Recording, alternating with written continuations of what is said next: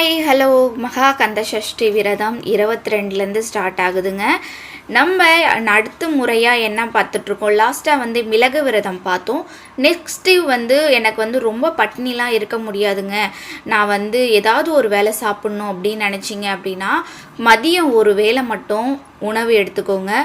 காலையில் பாலும் பழமும் எடுத்துக்கோங்க. அதே மாதிரி இரவும் நீங்கள் பாலும் பழமும் எடுத்துகிட்டு நீங்கள் ஆனால் 2 வேளையும் காலையில் சாயந்தரம் 2 வேளையும் குளிச்சுட்டு நீங்கள் விளக்கேற்றி சாமி கும்பிடுங்க.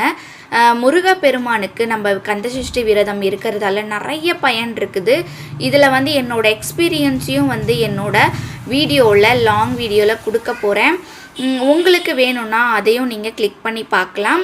என்னோடய சேனல் உங்களுக்கு பிடிச்சிருக்கு அப்படின்னா மறக்காமல் சப்ஸ்கிரைப் பண்ணிக்கோங்க. மேலும் கந்தசஷ்டி விரதம் பற்றி உங்களுக்கு நிறைய விஷயங்கள் என்னோடய எக்ஸ்பீரியன்ஸில் சொல்லிகிட்ருக்கிறேன். எனக்கு மிகப்பெரிய ஒரு பலமே முருகப்பெருமான் தான்.